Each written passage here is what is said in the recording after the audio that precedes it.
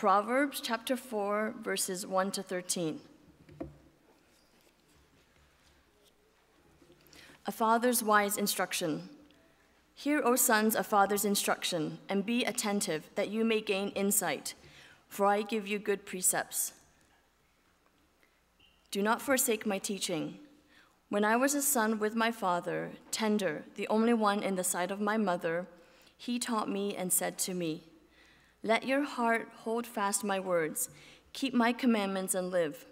Get wisdom and get insight. Do not forget and do not turn away from the words of my mouth.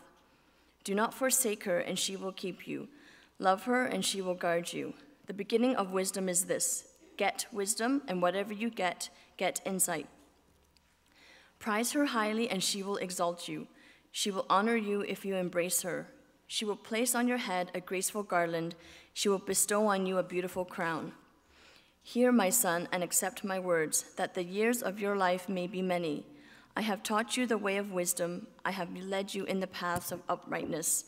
When you walk, your step will not be hampered, and if you run, you will not stumble. Keep hold of instruction. Do not let go. Guard her, for she is your life.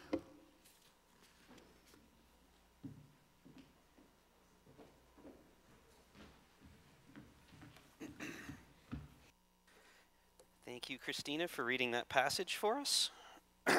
And good morning, everyone. I'm glad to see that you were able to make it out today. Today, I want to start off by talking about a poet.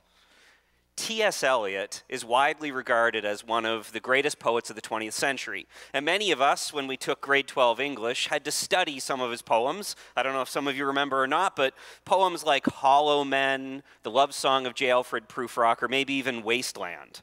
Now, as a teenager, I became a fan of T.S. Eliot, and much to my surprise, I stumbled across some of his work called Choruses from the Rock, in which he showed that he had faith, and that he was lamenting how British society was wandering away from God and all that they were losing in losing touch with that spiritual side of them. And one of my favorite choruses in particular, I want to read with you this morning.